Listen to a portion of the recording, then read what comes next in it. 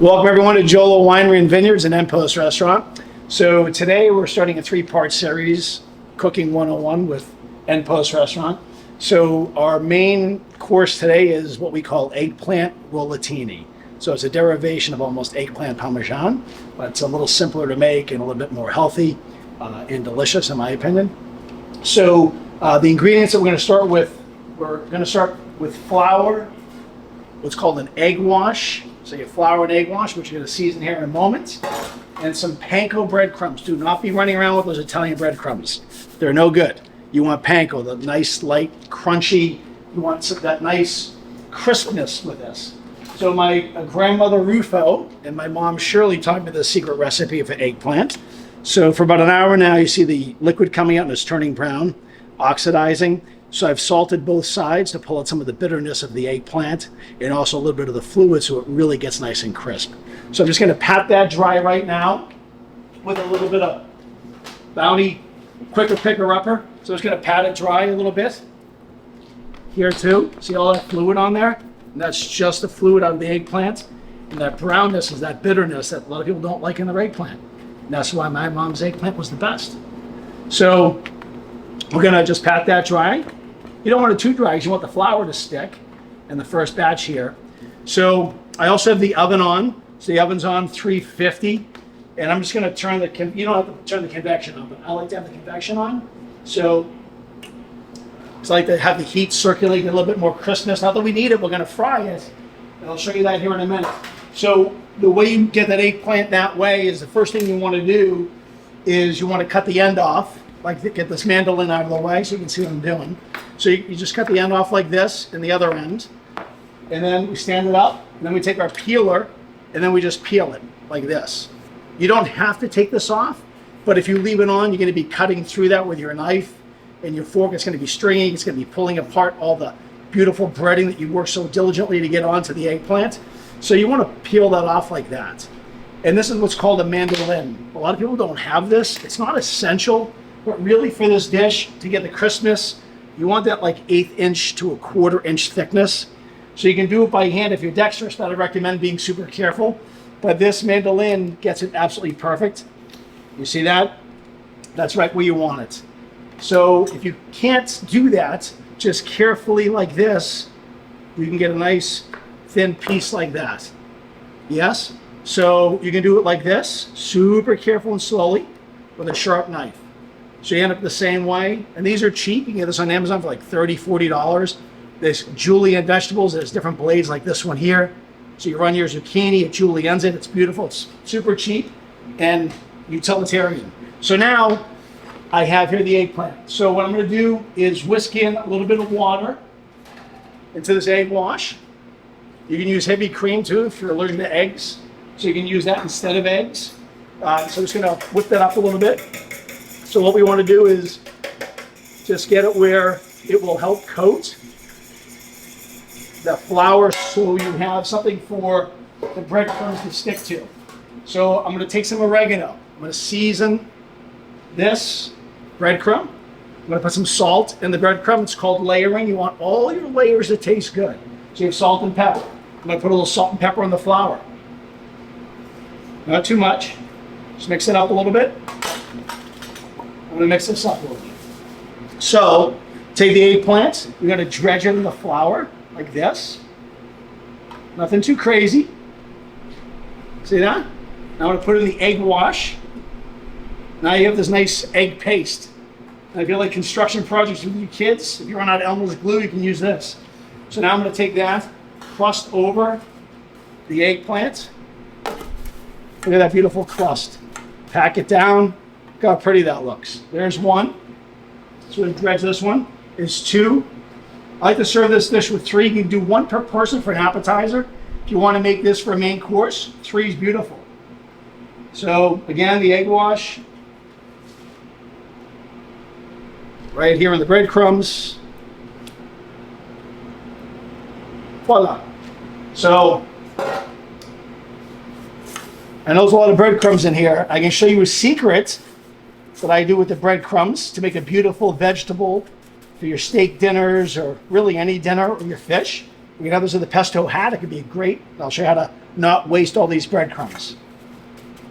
So there you have that. So now we're going to do 3 of these. Here I have grapeseed oil that I've been heating. So you want to get the heat to about 350. You can see it's getting a little hot. So the smoke point, I like to use grapeseed oil because the smoke point is higher, meaning it's not going to burn. You use olive oil, you might be able to get to 310, 320 degrees before it starts going rancid and burning.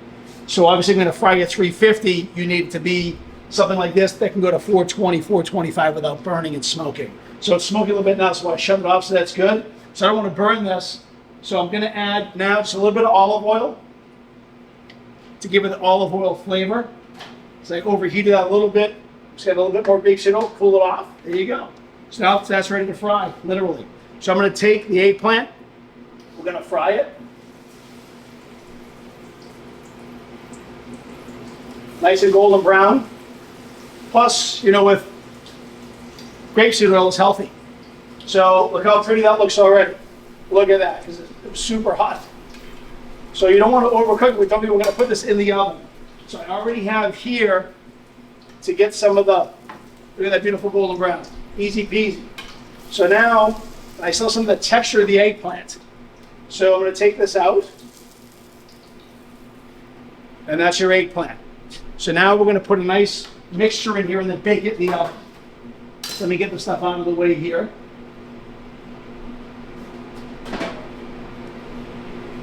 And that oil, if you don't want to waste it, you could take some garlic, use that oil, take some rosemary, some thyme, maybe some parsley, take a lot of garlic, you know, take it out of the pot, obviously, like this.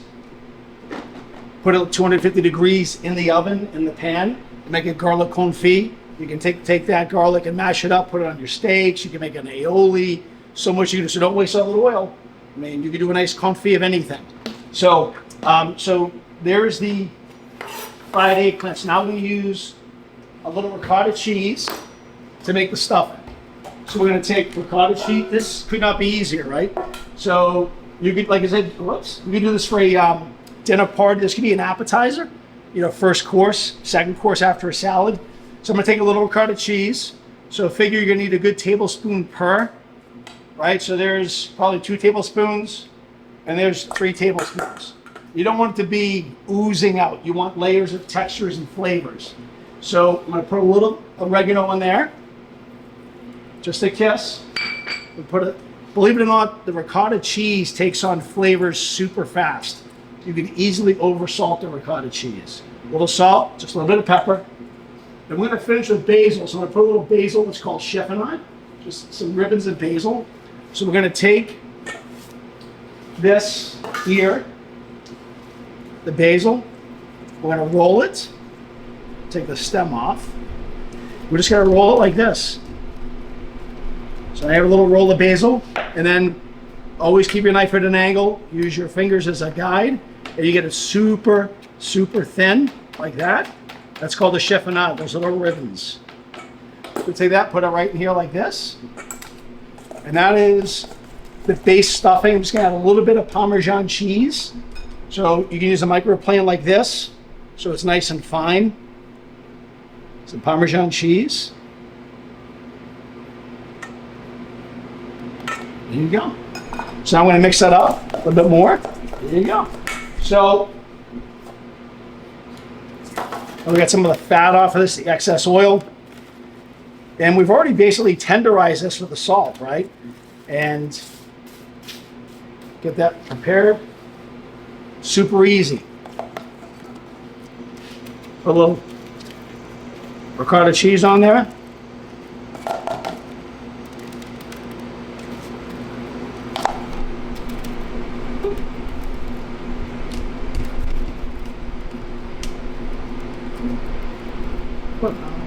A little classical music in the background, or maybe a little Pavarotti. Crack open a nice glass of JOLO Pink that you're going to pair with it. So now I'm taking fresh mozzarella. Fresh mozzarella, kind of break it up a little bit. A couple little pieces of fresh mozzarella. Look at that. It's going to be so good. Whew. So now, just going to toss this in the oven. 375 degrees. All I'm trying to do here is melt the mozzarella. That's all I'm trying to do. So while that's happening, I'm going to make the sauce for the eggplant rollotini, okay? Now, this doesn't get any easier. So I'm going to take a nice saute pan. Like I said, I could use that oil. Don't throw it out. Don't waste the food. So low heat. So here, I'm going to use a little bit of red onion. I like red onion. You can use white onion or yellow onion, but I prefer the red onion. To me, it just adds a little bit more flavor plus the color. So I'm just going to cut it in half. I peel the first layer off. You can fight with it like that. So that came off easy. Sometimes you just take the first layer off, so don't mess with it. Then the secret to cutting onions super easily, just go like this. Whoop. Down like every 1/8 of an inch, like this. And then this way. So you go horizontal, then you go vertical, like this. And then look at these beautiful, perfect squares.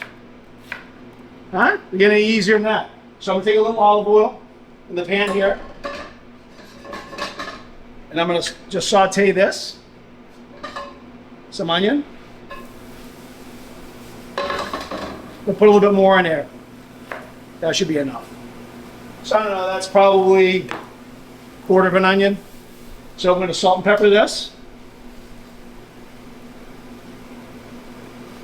So I haven't put in the garlic because I don't want the garlic to burn. There's nothing worse on the planet than burnt garlic. And I don't like to mince up my garlic.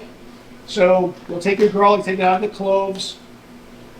A little bit more garlic, so I'm going to cut the ends off. I see that in a dish, all I think is how lazy that chef was. So all I'm going to do is shave this garlic. So just same way as the onion, super paper thin.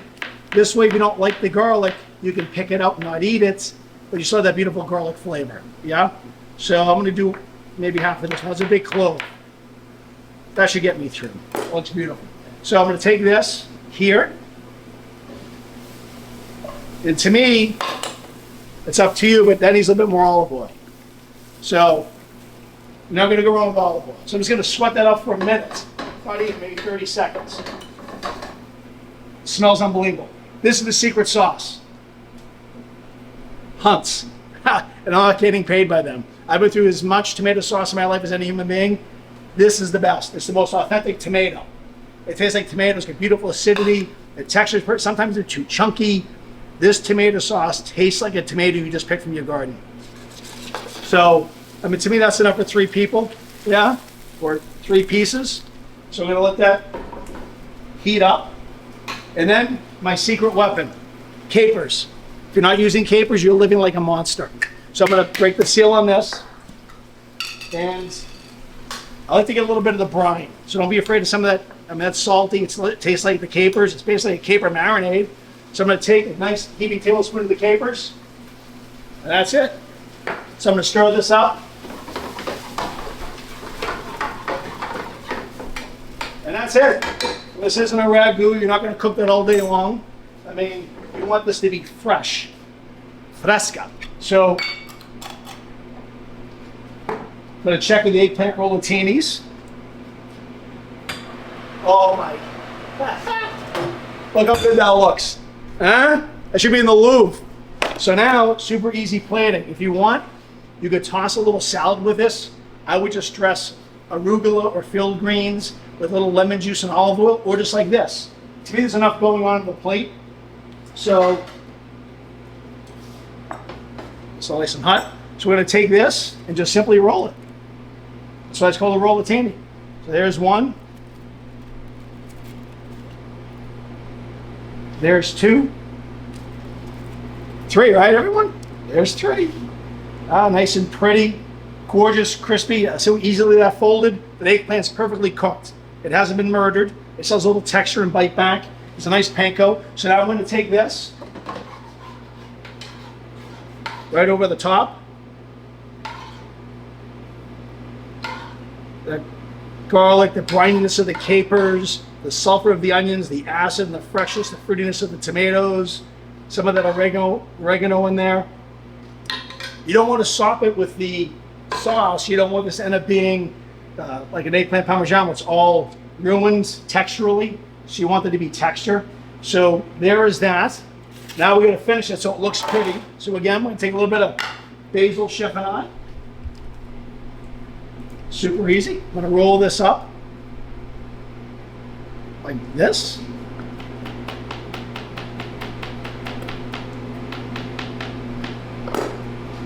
Season up high, so it cascades and flowers down like snowflakes. Nice house in Malden, Massachusetts, where I'm from. And then we're gonna finish with a little Parmesan snow.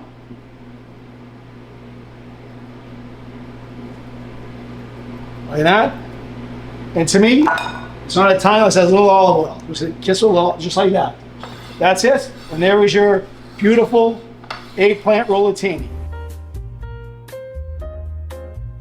And with that, I would pair a wine that has enough backbone to handle the acid of the tomatoes, the brininess and saltiness of the capers, sulfur of the onions, the aromatic of the garlic, the anise of the basil. Basil is very potent.